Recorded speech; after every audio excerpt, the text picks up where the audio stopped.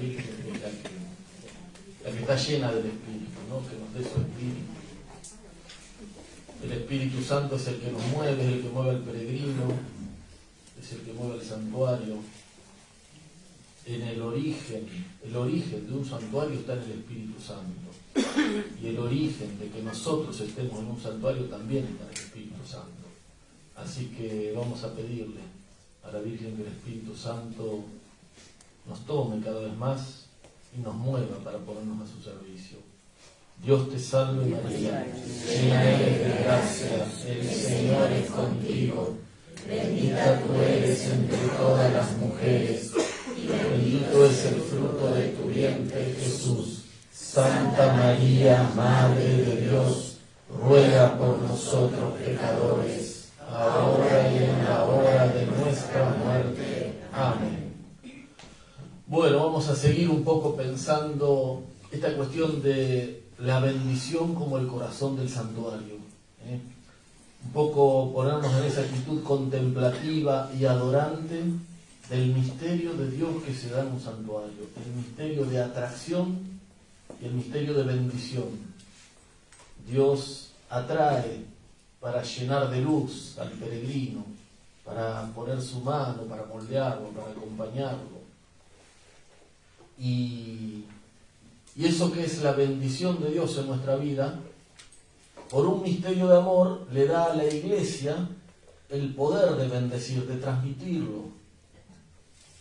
Dios es el creador de la vida, pero le pide a la Iglesia la colaboración para engendrar la vida de la gracia. Por eso la Iglesia bendice en nombre de Dios.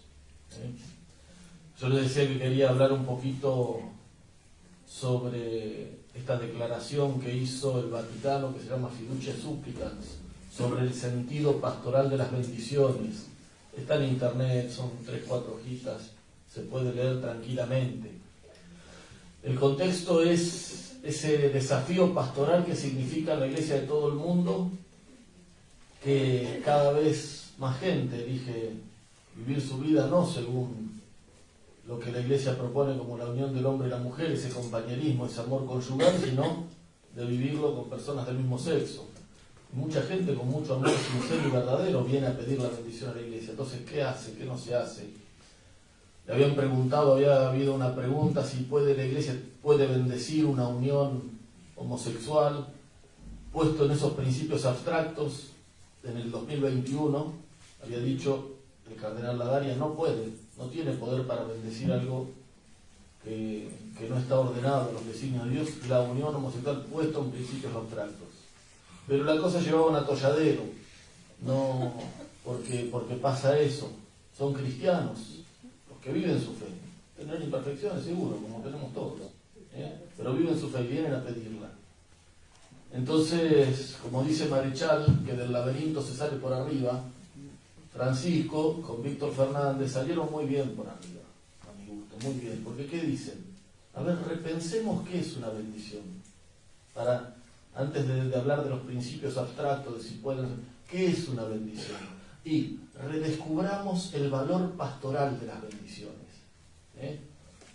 La bendición, que es todo lo que venimos diciendo, que la gran bendición es Cristo, que en Cristo se nos ha bendecido, que es la vida de Dios dentro nuestro, que la Iglesia lo da. La Iglesia siempre lo dio en el marco de una codificación litúrgica, una cuestión litúrgica.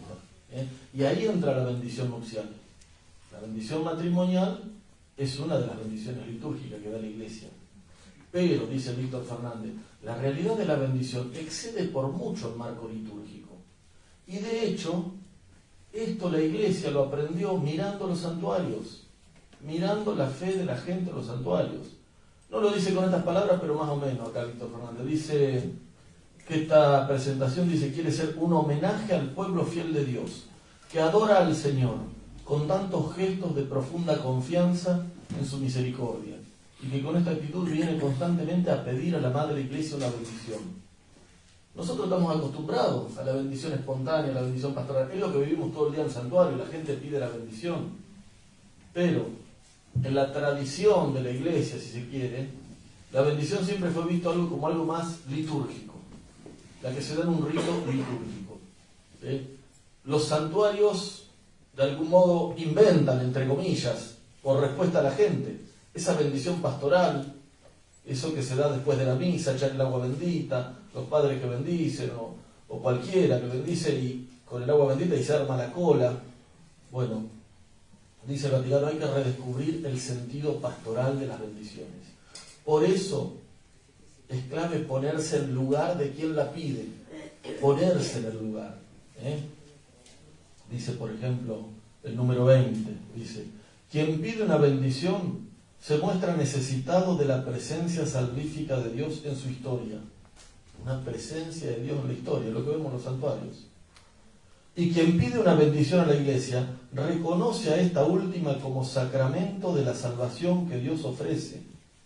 El que le pide a la Iglesia está reconociendo que hay una conexión entre Dios y la Iglesia. Si no, no la pediría a la Iglesia, la pediría en cualquier otro lado. Ahí hay un valor que hay que rescatar.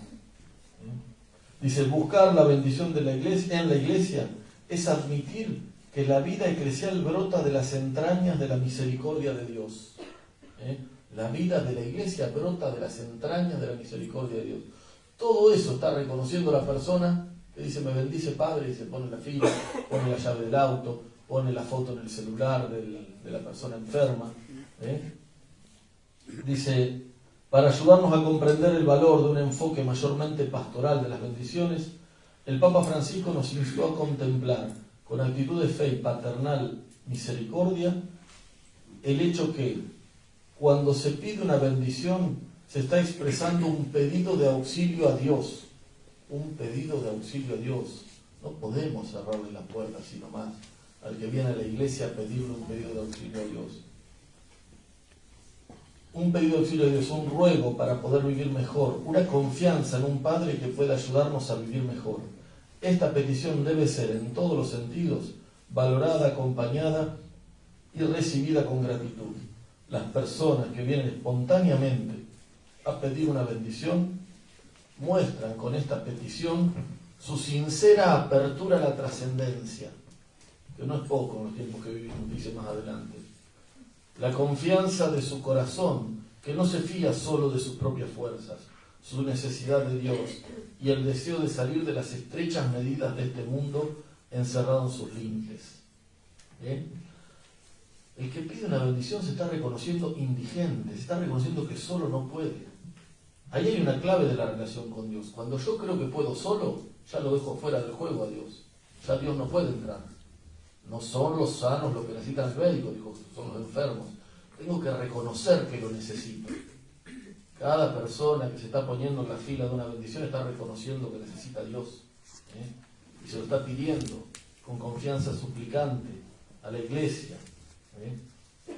Además, incluso dice más adelante, fíjense, incluso cuando la relación con Dios está enturbiada por el pecado, como es la vida de todos nosotros, más o menos, ¿a quién vamos a señalar? Incluso cuando la relación con Dios está enturbiada por el pecado, siempre se puede pedir una bendición, acudiendo a Él, como lo hizo Pedro en la tormenta, cuando clamó a Jesús, Señor, sálvame. Eso estamos haciendo. En muchos casos, situaciones de vida muy complejas, la prudencia, la caridad pastoral, ¿qué recomienda? Recomendar el bien posible, no lo óptimo. Lo óptimo es enemigo de lo bueno, un pastoral vale eso. El bien posible. Esta persona, para configurar toda su vida con Cristo, con el Evangelio, tiene que dar un montón de pasos. Dios lo dará o no lo da, sabrá Dios. Pero yo no le puedo poner un ideal allá arriba y decir, si no cumplís esto no sos cristiano. Bueno, a ver dónde estás parado, ¿qué paso podés dar? Bueno, ese paso puede ser pedir una bendición. Dice Víctor Fernández, en algunas situaciones, desear y recibir una bendición puede ser el bien posible. Por eso más adelante dice que no hay problema en que un ministro ordenado, a ver cómo lo dice, en la prudencia y la sabiduría pastoral puede sugerir que, evitando formas graves de escándalo o confusión entre los fieles, el ministro ordenado, sacerdote, diácono, obispo, se una a la oración de aquellas personas que, aunque estén en una unión que en modo alguno puede parangonarse al matrimonio, desean encomendarse al Señor y a su misericordia. invocar su ayuda, dejarse guiar hacia una mayor comprensión de su designio de amor y de vida. No lo dije, pero toda la primera parte habla de la bendición matrimonial y dice, no hay nada que se compare con eso. La Iglesia, al admitir esta bendición espontánea a cualquier situación, cualquier tipo de pareja, cualquier situación, al admitir eso, no está queriendo que eso se parangone con el matrimonio, que se confunda con el matrimonio. Por eso dice que no tiene que ser un rito, de ninguna manera un rito litúrgico. Tiene que ser la cosa espontánea. Ahí dice, hay que preparar a los ministros para que tengan la espontaneidad de formular una oración en el momento, pidiéndole a Dios la ayuda posible en ese momento. No es que vamos a una persona que se pone adelante a arreglarle la vida, si no podemos con la nuestra. Nos vamos a poner a arreglar la vida ahí en ese momento, y a veces hasta con la oración queremos arreglar la vida. Bueno, el bien posible, pero bueno, en ese contexto es que llama a hacerlo. Y sobre todo el criterio es la misericordia. Pensemos en el caso de estas parejas del mismo sexo. Pienso en la gente que, por ejemplo, pasó el proceso traumático, que es un cambio, lo que llaman un cambio de sexo, operaciones, hormonas, la cantidad de heridas que debe traer esa gente. Ustedes conocerán más que yo, gente cercana. Hoy no es lo más común tener gente cercana así. Y viene a la iglesia a que Dios le restañe esas heridas, no a recibir una puerta cerrada. Le voy hablando con principios abstractos de que esto, de aquello.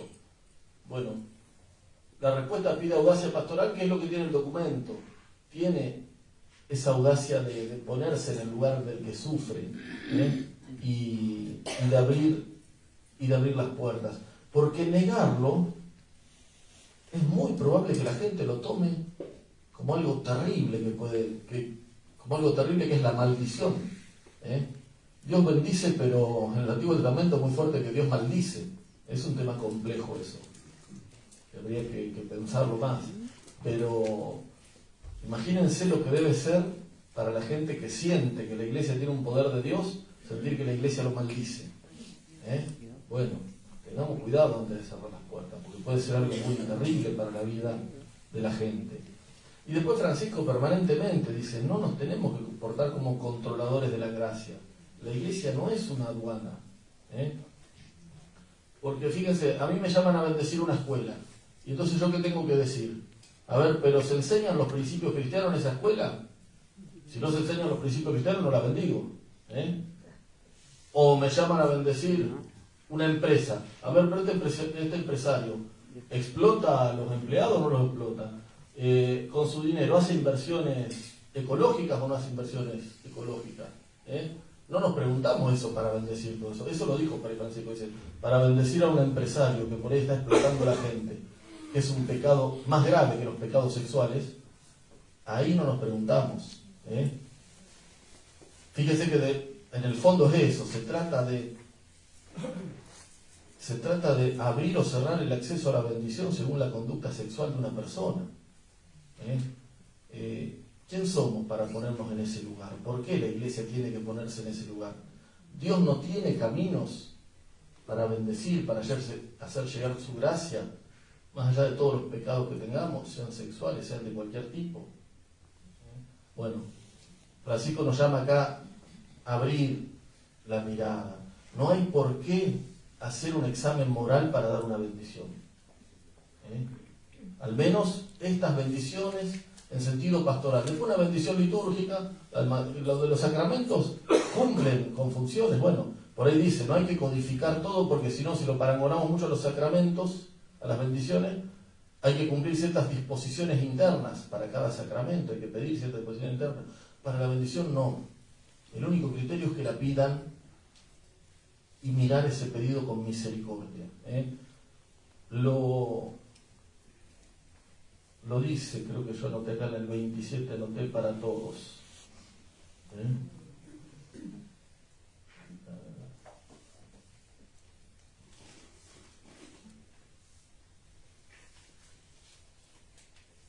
Cuando dice que no hay que tener disposiciones o preparaciones especiales, basta pedirla. Por eso el criterio tiene que ser la misericordia. Somos servidores de un Dios que vive de un deseo inagotable de brindar misericordia. tengámoslo presente, no somos aduanas. Bueno, hasta ahí lo que quería más o menos comentar del documento, pero quería yo que pensemos esto del documento, porque bueno, algunos sabían que existía, otros no. En los medios se armó todo un toletón impresionante, y en la iglesia también, porque atrás hay cuestiones mucho más complejas, y que muchos lo ven como una legitimación de la unión homosexual. El documento es clarísimo, por todos lados lo dice, que no legitima nada, quiere tener una mirada de misericordia y una acción de misericordia. Pero bueno, falta recibirlo, asumirlo, pero por eso yo lo quería contar, lo quería presentar, porque además este documento brota de los santuarios. Eso de entender la bendición pastoral, la iglesia lo aprende en los santuarios. Y este documento se aplica sobre todo en los santuarios. Después el tema seguirá, veremos cómo sigue la deriva de todo esto, pero me parece que al menos ya para los curas, para los que están en santuarios, da una buena orientación. Después incluso Víctor Fernández, a los 15 días, esto fue el 18 de diciembre del año pasado, los 15 días, primer día de enero, hizo como otra nota aclarando más, y ahí pone hasta el ejemplo de cómo puede ser esa bendición. Dice, no tiene que durar más de 10, 15 segundos, que es lo que vemos cualquiera en el santuario. Se puede poner delante a la persona, decirle, invoco la protección de Dios por estos hijos tuyos. La bendición que hace cualquier cura. Bueno, pero yo quería, aparte de esto, para que pensemos lo de las bendiciones, para que lo entendamos más, para que lo veamos mejor, pensar algo, o explicar, o sí, presentar algo que se dijo varias veces, y me parece que la persona que no estudió teología no tiene por qué saber un montón de cosas que sí sabemos, los que hablamos con estas palabras, que es que la bendición es un sacramental, ¿no? ¿Lo escucharon? Lo hemos hablado. Bueno, la vida del santuario está llena de sacramentales. Entonces, ¿qué es un sacramental? ¿Qué es un sacramental? Es un signo, es algo, es una cosa sensible. Siempre es una cosa sensible, algo, pero que está señalando algo de Dios, y que está señalando y está siendo presente. Tiene relación con los sacramentos, sabemos de los 7 sacramentos. Los sacramentos propiamente son signos sensibles que santifican, que traen la acción de Dios adentro nuestro. Pero la sacramentalidad no se reduce a los 7 sacramentos. Es algo mucho más amplio, ¿no? Entonces, son signos, dice el Concilio Vaticano II. La Santa Madre Iglesia instituyó además los sacramentales. Estos son signos sagrados creados según el modelo de los sacramentos, por medio de los cuales se expresan efectos, sobre todo de carácter espiritual, obtenidos por la intercesión de la Iglesia. En el marco de lo que es el cristianismo, la sacramentalidad es la capacidad que tienen todas las cosas de representar a Dios, o de ser vehículo de Dios. Todo puede representar a Dios. ¿Por qué? ¿Qué hizo nuestro Dios? Se encarnó. Todo el Antiguo Testamento era la espera de un Mesías, y era una separación absoluta. No se lo podía ni nombrar a Dios porque ya lo estaba profanando. Dios allá arriba, la creación acá. El relato del Génesis, Dios creó y vio que eso era bueno. La creación no es Dios, salió de Dios, pero no es Dios. Era una separación absoluta. La encarnación rompe con eso. Dios se mete, se hace carne, se hace materia, se hace sensible. Se puede tocar lo que hemos visto y oído, dice Juan, lo que hemos tocado. Lo han oído los discípulos, han estado con él. Más sensible imposible. Y desde ahí, toda la materia puede expresar a Dios. Toda la materia puede ser vehículo de Dios, vehículo de santificación. Y por eso la acción de Cristo se continúa en estos gestos que son los sacramentos. Y desde ahí, por ejemplo, que los primeros cristianos entendieron que podían representar imágenes. Saben que el Antiguo Testamento prohibía las imágenes. Bueno, desde el momento que Dios se encarna, que hace la materia, para hablar en difícil, una palabrita hermosa que tienen los de la filosofía de la religión, la materia como espacio de hierofanía. Hiero es Dios, es lo sagrado, bueno, se manifiesta lo sagrado. Dios dejó su huella en la criatura. La noche de Navidad dejó al mundo preñado de eternidad. La eternidad se metió en el tiempo. Por eso todo lo sensible puede expresar a Dios. Todo la creación. Toda la creación es sacramento de Dios. Por eso el ser humano se mueve a través de estos signos. Dice el documento de Puebla, que hoy lo había citado, dice: el hombre es un ser sacramental. A nivel religioso expresa sus relaciones con Dios en un conjunto de signos y símbolos. Dios igualmente los utiliza cuando se comunica con los hombres. Hay muchos signos y símbolos con los que nos relacionamos con Dios. Muchísimos. No son solo los 7 sacramentos, no son solo las imágenes, el agua bendita. Todo está preñado de sacramentalidad. Hay un librito muy lindo, chiquitito, que yo se los recomiendo, de Leonardo Boff, que es Los Sacramentos de la Vida. Boff estudió su tesis doctoral sobre los sacramentos y después, entre otras cosas, escribió este librito de dónde él fue viendo sacramentos en la vida. Y está muy bien escrito, es hermoso el libro. Y le leo estos 5 o 6 rengloncitos. Me di cuenta cuando él estaba estudiando en Alemania, le llega la carta, eran un montón de hermanos, la carta de una de las hermanas contando que el padre se había muerto. Y dice Bob: en el sobre que me anunciaba la muerte, percibí una señal de vida del que nos había dado la vida en todos los sentidos y que me había pasado desapercibida. Una colilla amarillenta de un cigarrillo de picadura. Era el último que había fumado momentos antes de que un infarto de miocardio lo hubiera liberado definitivamente de esta cansada existencia. La intuición profundamente femenina y sacramental de una hermana la movió a colocar esta colilla de cigarrillo en el sobre. De ahora en adelante, la colilla ya no es una colilla de cigarrillo, es un sacramento. Está vivo y habla de la vida, acompaña a la vida. Él cuenta que después lo puso en un cajoncito de madera y lo tiene en un cajoncito guardado, ese último cigarrillo que estaba fumando el padre antes de morir.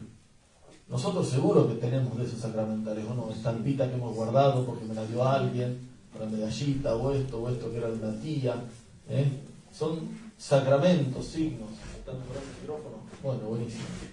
Servicio bárbaro. ¿Cómo?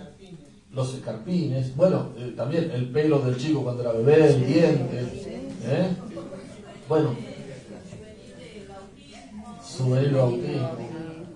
Yo tengo la tampita de primera comunión todavía. Sí.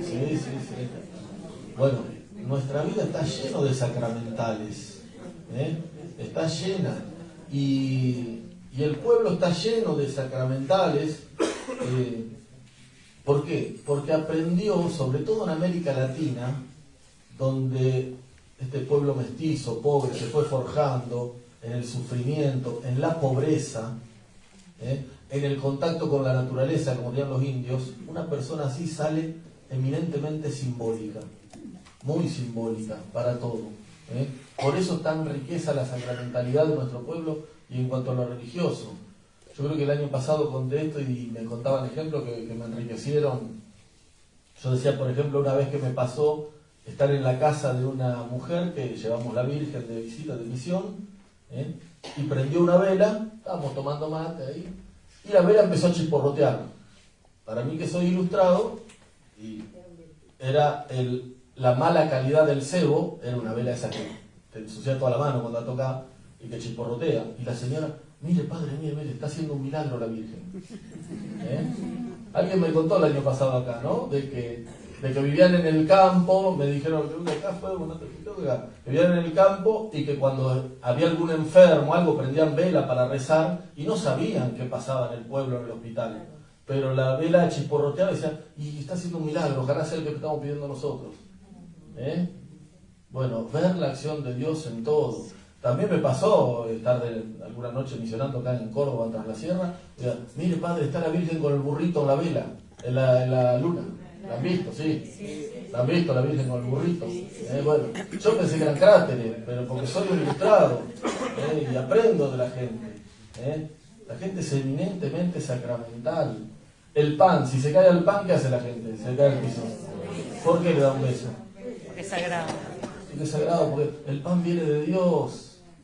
¿Y quién se lo enseñó eso?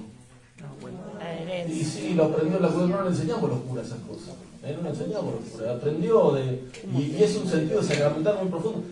Si el pan viene de Dios. Pero los curas, a lo mejor tu mamá o Sí. tu abuela, a lo mejor te enseñaron. Sí, yo lo aprendí, no en mi casa te decía. Sí. No, pero cuando digo no le enseñaron los curas. No, ya te entiendo, pero digo, seguía siendo. Porque ahora después lo vamos, no, porque ahora después vamos a ampliar un poco esa idea de que hay un desfasaje entre cosas que la iglesia enseñó antes y el pueblo aprendió y sigue haciendo y cosas que la iglesia enseña ahora. Hay un desfasaje. Bueno, era para más adelante eso, pero seguimos con esto de la sacramentalidad. La capilla del barrio, que esté, la gente pasa, se persigna, no entra nunca por ahí, pero le gusta que esté. Si está fea, se ponen mal. Uy, qué lástima que está tan fea la capilla. Que esté linda, porque la capilla es un sacramento de la presencia de Dios ahí. Todo, un montón de cosas. Decía yo lo del pan. La gente humilde sabe bien que el pan es que el pan de cada día viene de Dios. Mucho más por ahí que nosotros que bendecimos todos los días. Yo, por gracia de Dios, le doy gracias a Dios, no conozco más hambre que el de las 12 menos cuarto. Pero la otra vez estaba con un amigo que me dice ya en el barrio donde estoy ahora, contaba anécdotas de la infancia, que se vivió muy humilde pero con mucho amor también. Y me dice, no, yo cuando llegaba la tardecita, dice, veía cómo era, siempre miraba que hacía mi mamá en la cocina. Si veía que picaba una cebolla, algo ya me ponía contento porque iba a haber cena. Y si no, era un mate cocido de la cama y bien tempranito para que no cruja la panza, dice, nos juntamos bien temprano. Bueno, ese muchacho sabe bien que el pan de cada día viene de Dios.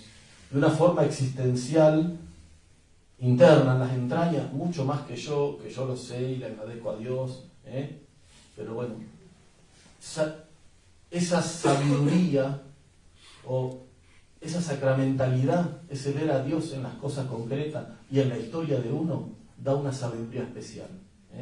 Eso lo decía el Padre Tello, creo que tengo por acá la cita. Dice, de esta disposición a aceptar y captar siempre las cosas o los hechos de la vida, a captar siempre en las cosas o los hechos de la vida la presencia trascendente de Dios, de la gracia, del mundo sobrenatural, de esa disposición nace una fuerza y alegría de vivir. Nace también la consideración de los bienes naturales, tales como la salud, el pan, el trabajo, como dones de Dios. Nace un sentido de libertad frente a las cosas. Nace, en fin, la sabiduría cristiana, que describe, la misma que describe el documento del pueblo. Dice, hay una sabiduría que se aprende en eso. Bueno, y ese conocimiento hay que respetarlo, porque por ahí nosotros, yo me lo digo a mí, conocemos mucho por vía racional, a través de doctrinas, hilvanando conceptos, y nos entendemos. Acá podemos estar hablando y hablamos en abstracto un montón de cosas, y más o menos nos entendemos, algunos se duermen más, otros menos, bueno, es normal. Pero mucha gente, y la gente más humilde, aprende de Dios a través de símbolos, no a través de conceptos. ¿Cuánta gente va a los santuarios y no soportaría 10 minutos de una charla de esta? ¿O no? Ustedes están estoicamente soportando un rato. Bueno, pero ¿cuánto aprenden, por ejemplo, un crucifijo contemplado con amor? ¿Cuánto nos enseña? Me amó y se entregó por mí. ¿Cuánto amor nos ha pasado a nosotros también? Especialmente en la Semana Santa, cuando contemplamos la cruz.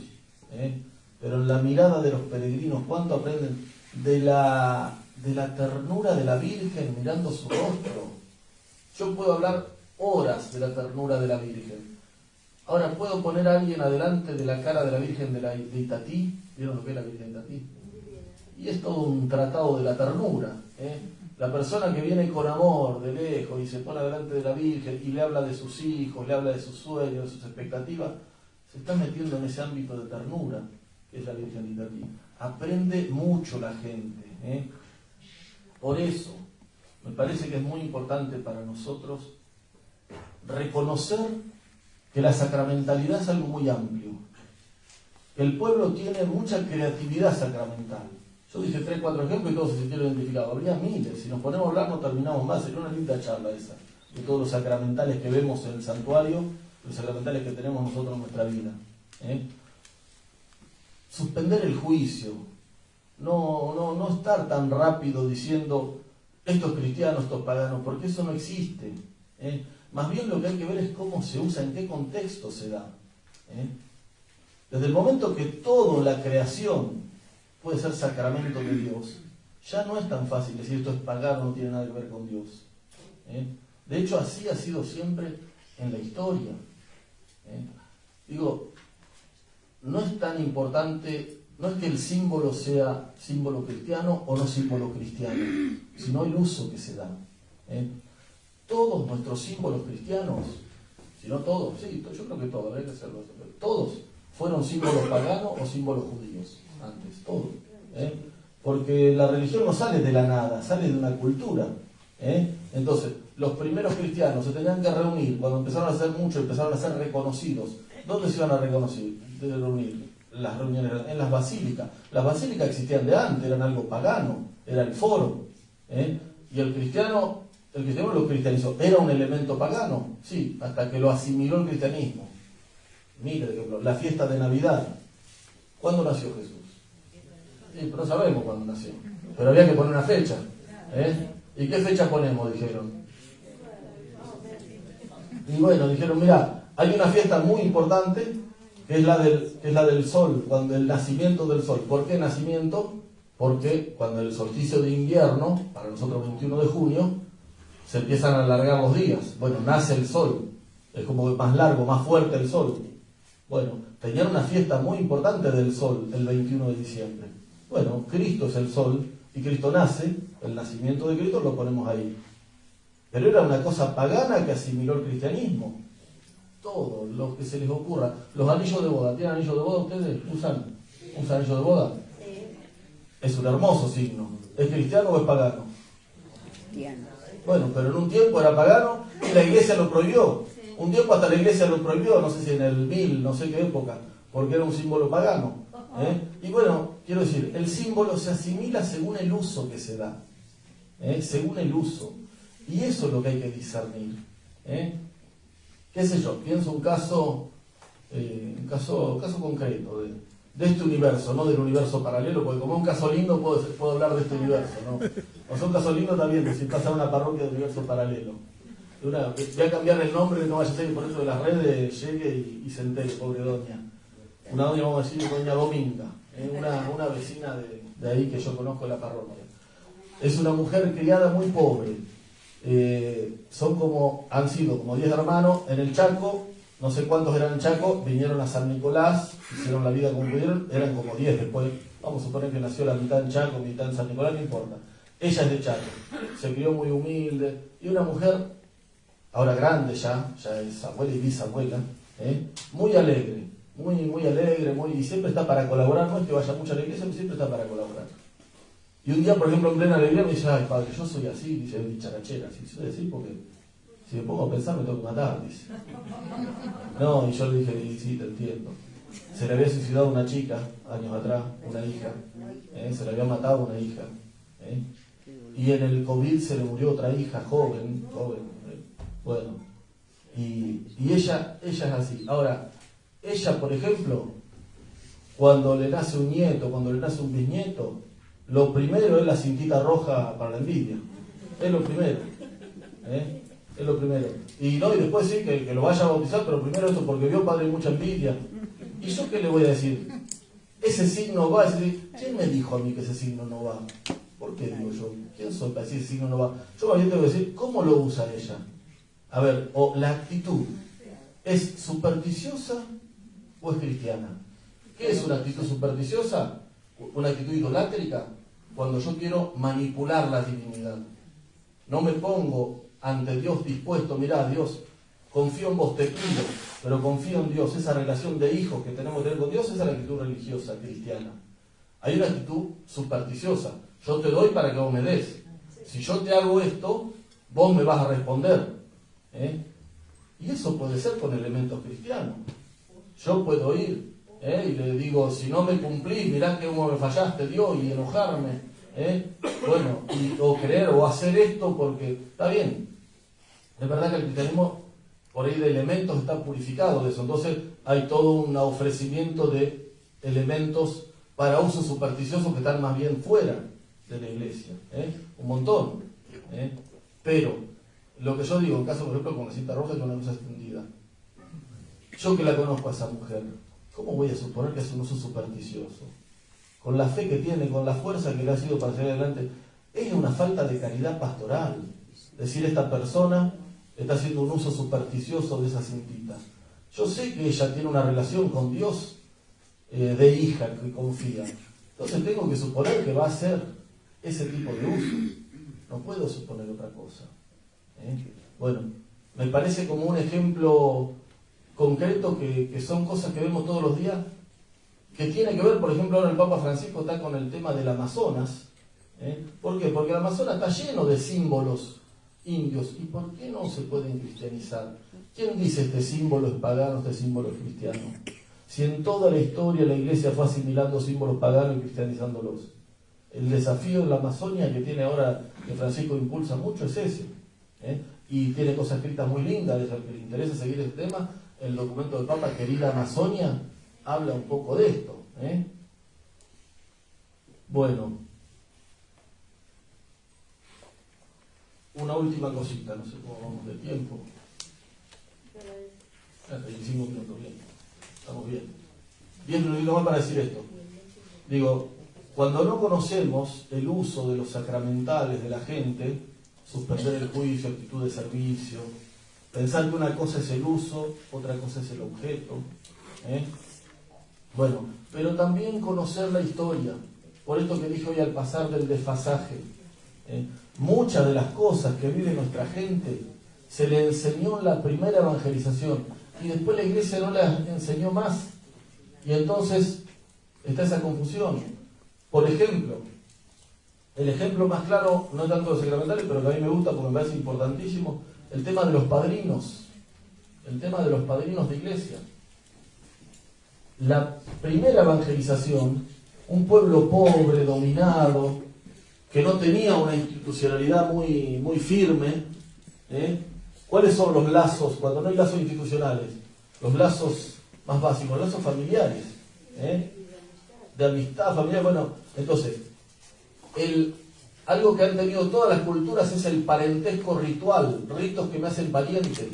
Bueno, el bautismo trajo también el parentesco ritual a América. El compadre son hermanos elegidos. Se solidifica el tejido social, se fortalece la vida del pueblo con el compadrazgo. Y es algo que el pueblo tomó mucho. Tomó tanto que lo sigue viviendo hoy. Para la gente más humilde, el compadre es un hermano elegido. No es un modelo de virtudes, incluso está eso también de que se va a hacer cargo si le pasa algo a los padres, y de que tiene que ayudar en la crianza. Bueno, eso es una institución vivida así, bien evangélica, porque hace la unión del pueblo.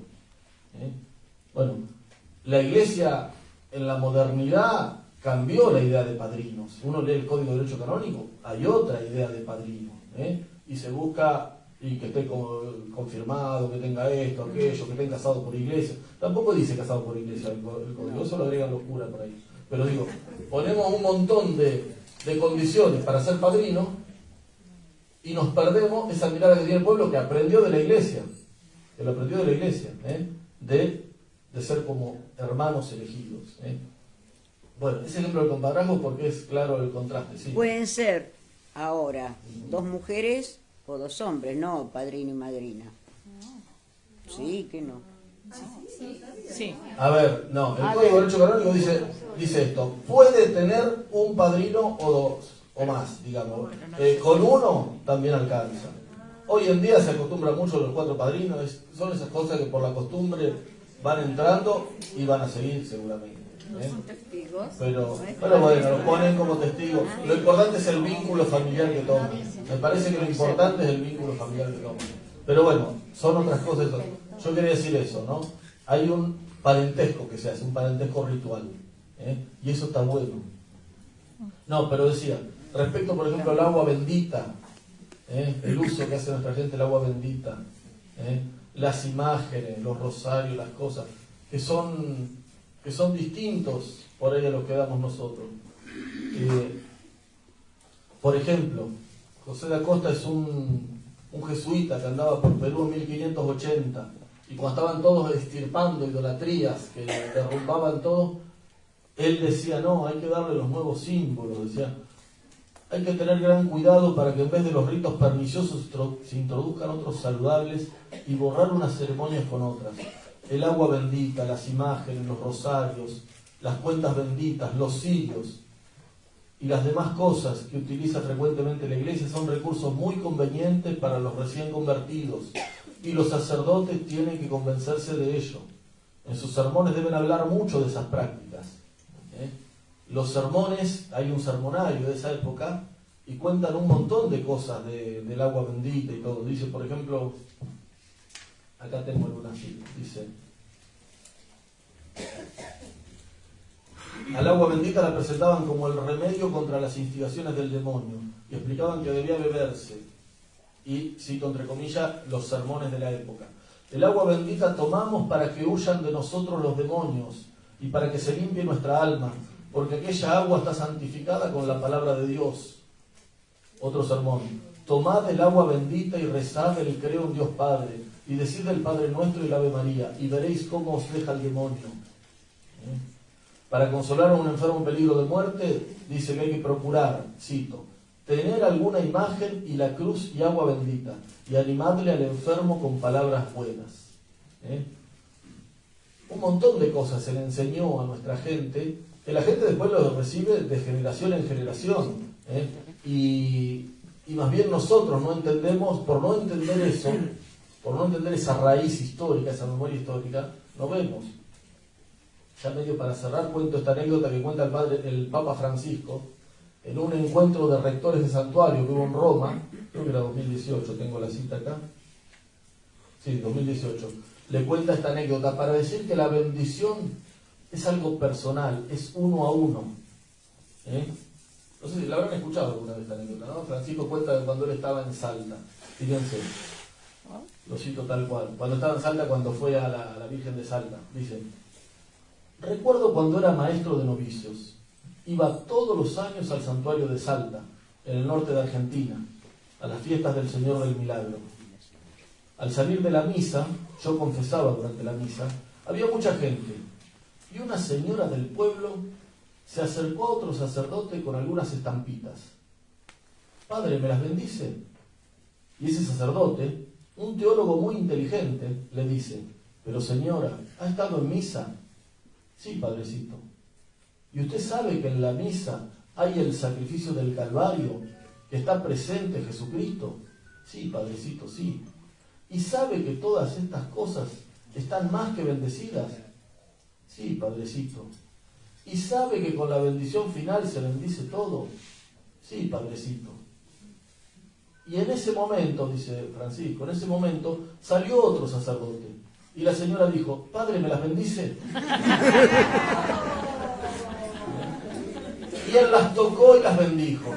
Ella consiguió lo que quería, que las tocase. El sentido religioso del tacto. La gente toca las imágenes, toca a Dios. Que las tocase, el uno al uno. No es tiro así y ya están todos bendecidos. Está bien, cuando estoy apurado no queda otra. Pero bueno, es así uno por uno. Donde yo he visto esto de una forma impresionante es en Copacabana, en Bolivia. Era una cosa, los que han estado en Bolivia, te agarraban de acá, y acá, padrecito, acá. Y era una cosa, y teníamos que salir hasta donde sea, y la única forma que te soltaban, porque te agarraban así, y se ponían abajo y había que echarle, la única forma que te soltaban es dar vuelta al balde, se me vació, porque si no, no te soltaban. Se vació, mire, perdón, y yo iba con el balde dando vuelta, volviendo hasta adentro, porque no se podía, sino porque te veían con el balde, a mi padrecito. Bueno, por esa búsqueda de esa bendición, esa cosa tan fuerte, que este otro cura, que dice Francisco que era un muy buen teólogo, no entendía. Bueno, ahí hay un desfasaje. La Iglesia lo enseñó, quedó en la memoria histórica y hoy por ahí vamos por otro lado en algunas cosas o no entendemos. Porque además se nos mete el sentido común de la sociedad en la que vivimos. Somos hijos de nuestro tiempo.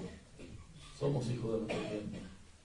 Esa cuestión de que la gente más sencilla, más criolla, entiende bien que la presencia de la Virgen, que hay una cierta presencia de la Virgen en el santo, y a veces los que somos más ilustrados no lo entendemos.